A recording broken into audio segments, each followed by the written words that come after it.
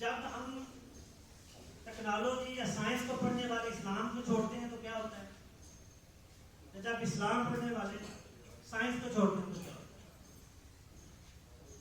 ये 2016 का Nobel prize मिला था डॉक्टर ओशोरा ओशिमी। ये जापान के एक डॉक्टर थे। इनसे पूछा गया कि आपने जी ऐसा क्या किया है कि आपको नोबेल प्राइज मिल रहा है। इन्होंने कहा कि मैंने एक रिसर्च की है जिसके मुताबिक अमल करके कैंसर होने के चांसेस कम हो सकते हैं। उनसे पूछा गया कि आपने ऐसा क्या रिसर्च किया। उन्होंने कहा कि मैंने रिसर्च ये की है कि इंसान में कैंसर काज होता है डेड सेल्स, जो टूट कर स्कार सेल्स हो जाते हैं बॉडी के अंदर। उनकी तादाद जब जिस्म के अंदर बढ़ जाती है तो वो फिर कैंसर की काज होती है। तो मैंने ऑटोफैगी का कंसेप्ट किया।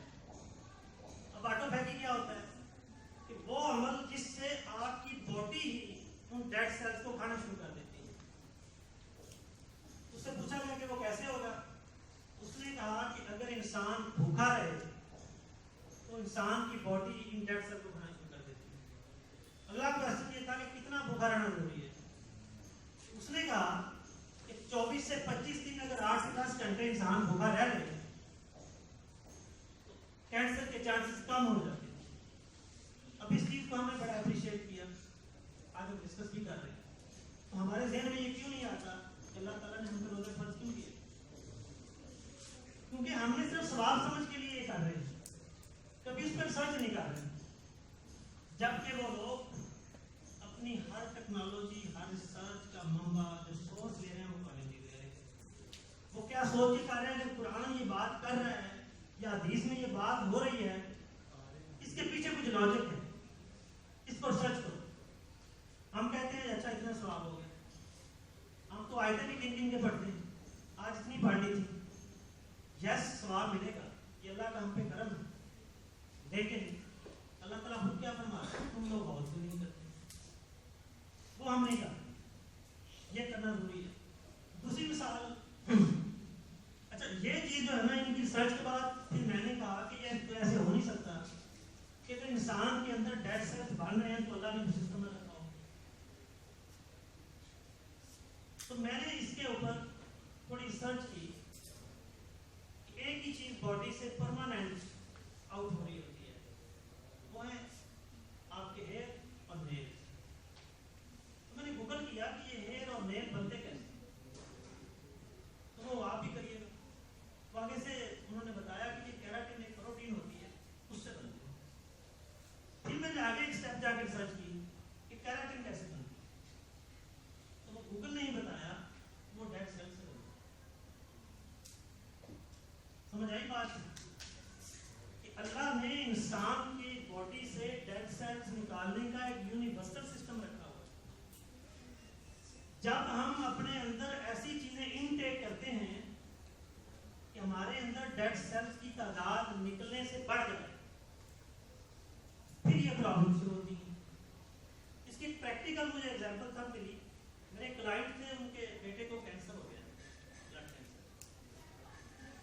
मैं उनके पीछे काफी इंफॉर्मेशन लेता रहा कि आपने जो इसके टेस्टिंग करवाने मुझे बताना है कि काज क्या हो। अब उनका बेटा ये पेप्सी की एजेंसी थी उनके पास, कोल्ड ड्रिंक का बिजनेस था। उन्होंने कहा कि जो रिपोर्ट्स आई हैं उनके मुताबिक excessive use of cold drinks की वजह से इसको कैंसर हुआ। तो अब इसमें कसूर बॉडी का तो नहीं, हम क्या कर रहे हैं, ये चीजें बड़ी बात है। यहाँ पे एक और मैं आपसे एग्जांपल, ये भी बड़ी इंटरेस्टिंग है। ये गल्फ कंट्रीज के अंदर रेगुलर कॉन्फ्रेंसिंग होती है। वहाँ जद्दा में कॉन्फ्रेंस थी, वहाँ पे एक अमेरिकन स्कॉलर आए, उन्होंने अपनी नई रिसर्च पेश करते हैं लोग। उन्होंने एक रिसर्च पेश, उन्होंने कहा कि मैंने रिसर्च ये की है कि जो पेन है ना इंसान को, जो तकलीफ पहुंचती है वो सिर्फ जिल्द पे होती है, हड्डी पे, हेयर पे पेन नहीं होती। जिद पे ही होती है। उसके ऊपर बड़ी एप्रिसिएशन हुई, बड़ी क्लैपिंग और लोगों ने एप्रिशिएट किया। अच्छा, उसके बाद यमन के एक स्कॉलर थे डॉक्टर अब्दुल हमीद संदानी, उन्होंने वो मतलब सारी चीज उसको कर दी। उन्होंने कहा कि ये कौन सी नई बात, हमें तो 1400 साल पहले से पता है कि जिल्द के ऊपर दर्द होता है। तो पूरा ऑडियंस एकदम हैरान रह गया, ये ऐसी बात कैसे कर सकते। उन्होंने फिर सूरह निसा की आयत नंबर 56 आप ही पढ़िएगा, उनका मफ़हूम दिया, जिसमें अल्लाह ताला फरमाता है कि जो लोग, मफ़हूम मैं बता रहा हूँ, कि जो लोग हमारी बात नहीं मानेंगे, ईमान नहीं लाएंगे, हम उनको अजाब देंगे, आग में डालेंगे, इतना अजाब देंगे कि उनकी जिल्द गल सड़ जाएगी, फिर उनके ऊपर नई जिल्द जड़ाएंगे। उन्होंने कहा कि ये बात इसलिए हो रही है कि जिल्द गल सड़ जाएगी तो फिर तो पेन होगी नहीं, इसलिए दोबारा जिल्द जड़ाएंगे ताकि इसको फिर तकलीफ का एहसास हो। समझ आई बात आपको?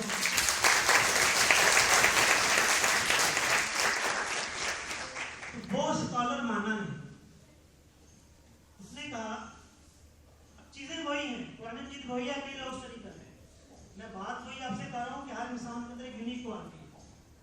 अब ये उन स्कॉलर जो साथ थे डॉक्टर अमीर संदानी साहब, उन्होंने इस पॉइंट से देखा कि कोई इसका जवाब मिल गया। हम लोग कितनी बार पढ़ते हैं, नहीं मिला।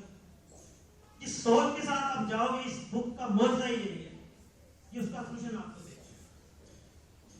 अच्छा, स्कॉलर ने इसको पर यकीन नहीं किया, दूसरे स्कॉलर से डिस्कस किया कि जी ऐसे वाकई कुरान में ऐसी बात है।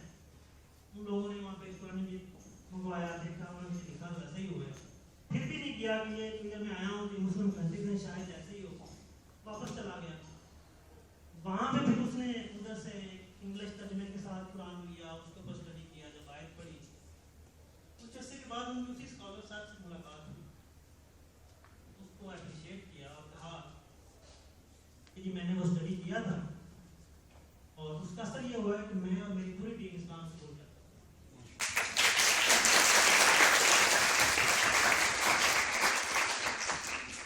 तो आप सिंपल तबलीग करने से इतना लोगों को डाइवर्ट नहीं कर सकते। आज दुनिया लॉजिक के ऊपर, अब कुरान मजीद लॉजिक दे रहा है, सिर्फ दो चीजें डिमांड कर रहा है, अगर हमें वहां से लॉजिक चाहिए तो विजडम और नॉलेज, गौर करना है और अकल वालों के लिए करना है। ये H2O का था, थोड़ा लंबा हो जाएगा, तो इसमें हम कर लेते हैं।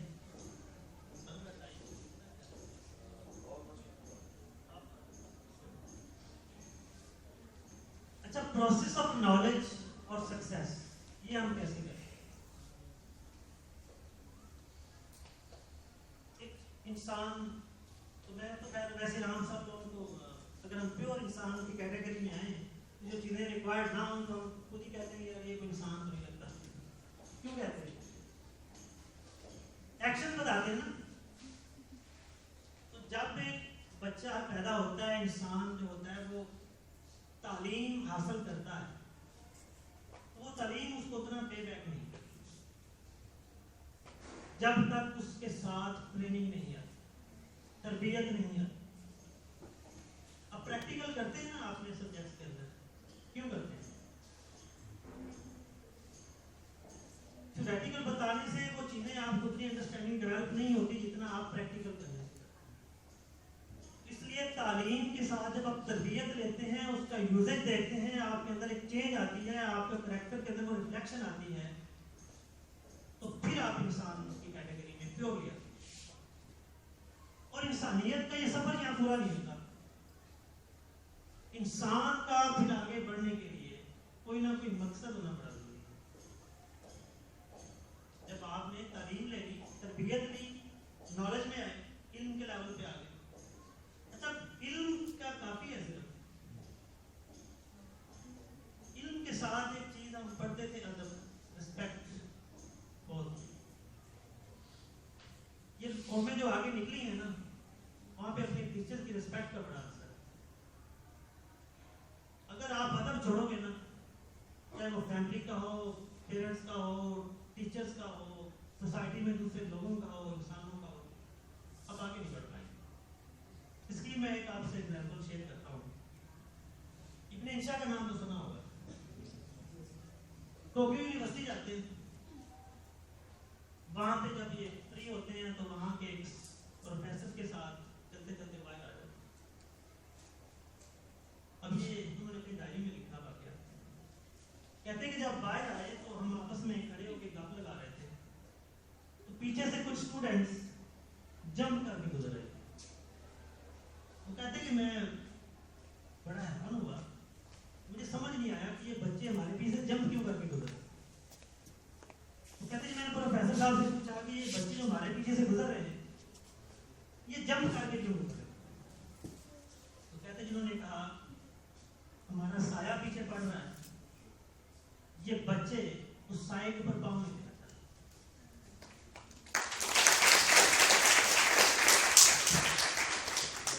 टीचर की रिस्पेक्ट, उनका अदब का लेवल क्या आज हमारे अंदर है?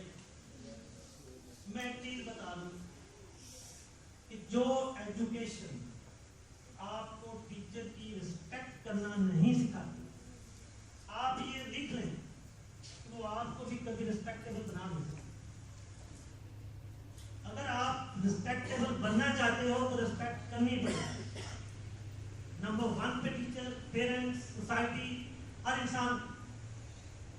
इसलिए अगर आप चाहते हो कि मैं सोसाइटी के अंदर एक रिस्पेक्टेबल पर्सन बन के रहूं तो फिर इस चीज को अपनाना पड़ेगा। अगर हम उन लोगों की मिसालें आए देते हैं, उनकी तारीफों के बुल बांधते हैं, वो मुसलमान नहीं है, लेकिन उनके एक्शन वो हैं जो हमें कहे गए हैं, हम वो कर नहीं रहे। इस चीज के ऊपर हम जरूर होते हैं कि जब हम आगे क्यों बढ़ रहे, दुआएं तो बहुत करते हैं। यस, अल्लाह ताला तो फरमा रहा है कि मैं आपकी दुआएं सुनता हूँ, लेकिन साथ और भी तो हमें